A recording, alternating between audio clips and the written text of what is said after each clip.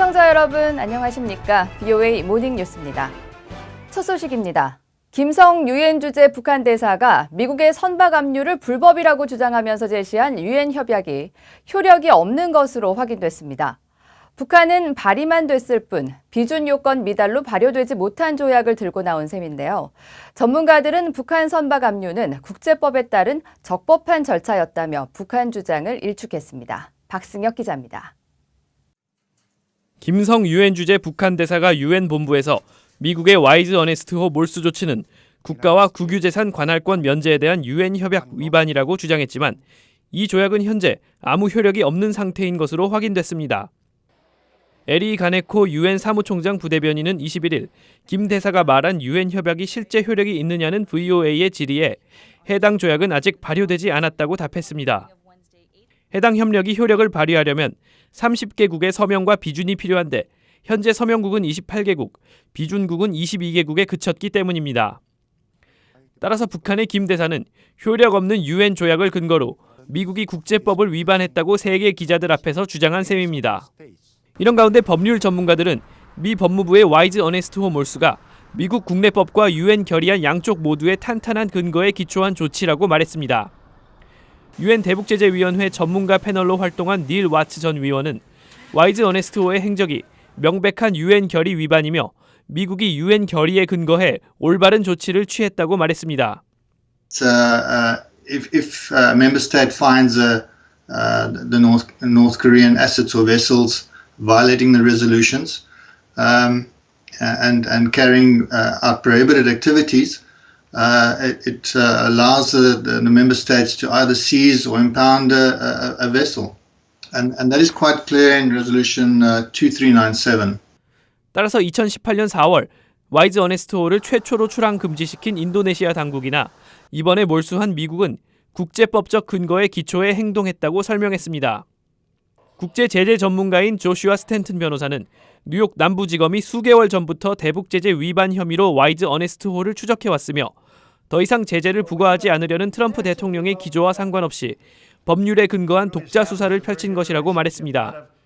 실제로 법무부는 압류 소장에서 선박 관련 회사 개인 등이 미국의 국제긴급경제권한법과 유엔 대북제재 결의를 모두 위반했다고 적시했습니다.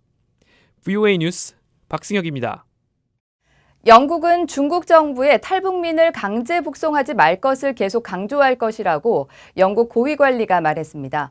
이런 가운데 영국 옥스퍼드 대학에서는 인신매매 피해를 겪었던 탈북 여성 2명이 북한의 인권 참상을 증언하는 토론회가 열렸습니다. 김영권 기자입니다.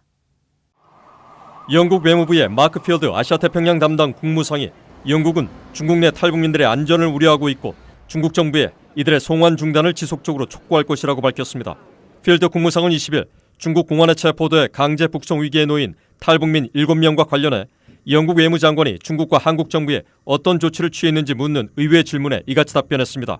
중국의 현재 구금 중인 탈북민 7명에 관한 보도를 잘 인지하고 있다고 언급한 필드 외무상은 하지만 이 사안에 관해 중국이나 한국 정부에 직접 제기하진 않았다고 설명했습니다. 그러면서 한국 정부가 이들의 상황을 예의주시하고 있는 것으로 파악하고 있다며 영국은 탈북자들을 합법적인 망명 신청자로 대우해 1951년 유엔 난민협약 규정에 따라 송환하지 말 것을 중국 정부에 계속 강조할 것이라고 말했습니다.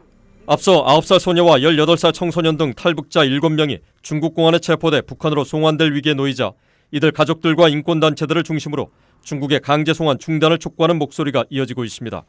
토마스 퀸타나 유엔 북한인권 특별보고관은 중국 정부에 탈북자 7명을 송환하지 말 것을 촉구하는 공식 소환을 보냈다고 VOA에 밝힌 바 있습니다. They did it many times.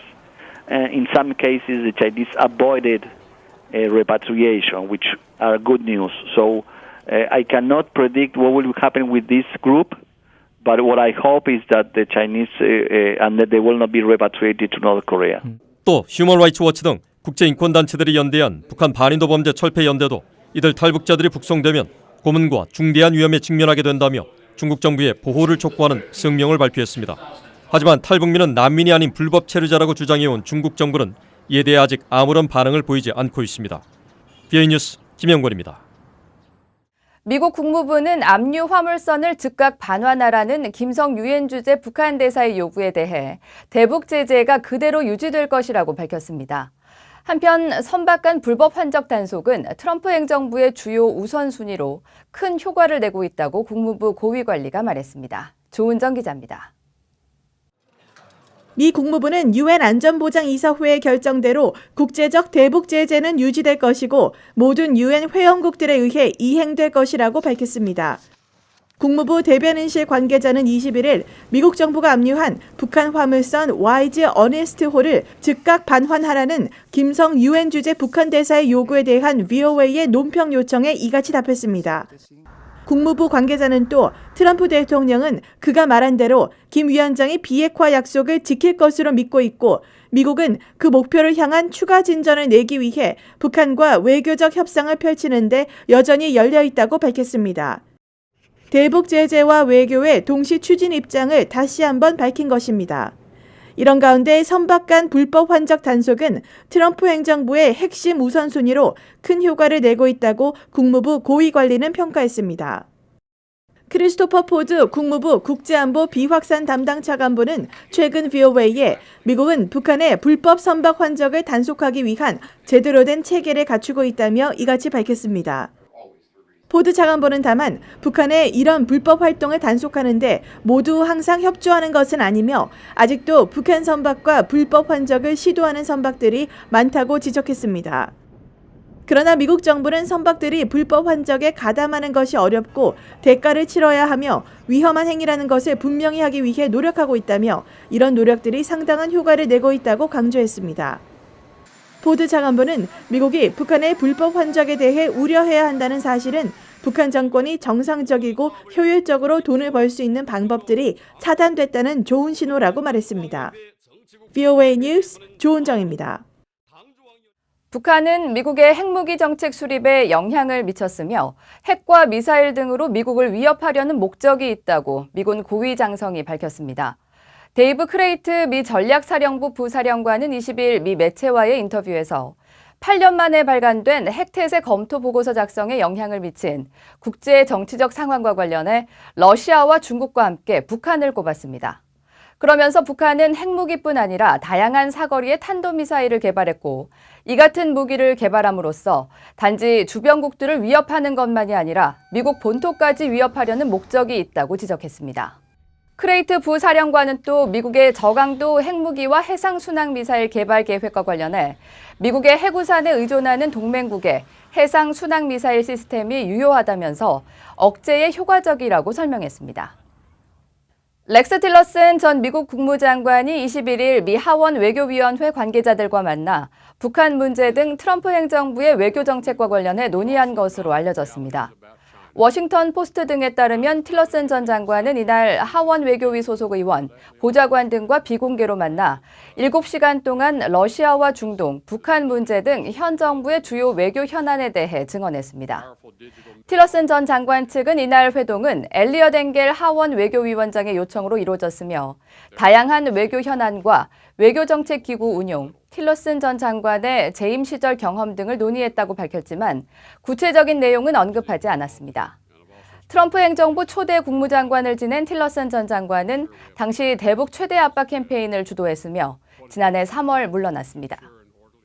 조지 W. 부시 전 미국 대통령이 22일 이틀 일정으로 한국을 방문했습니다.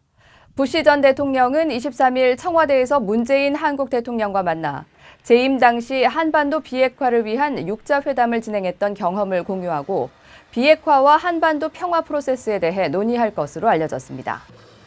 이어 경상남도 김해 봉하마을에서 열리는 노무현 전 한국 대통령 10주기 추도식에 참석해 추도사를 하고 해리 해리스 주한 미국 대사와 함께 한국 정관계 주요 인사들과 환담할 예정입니다. 미국 내 대북 인도주의 단체들의 북한 방문과 관련한 특별 여권 발급이 지난해보다 빨라진 것으로 알려졌습니다.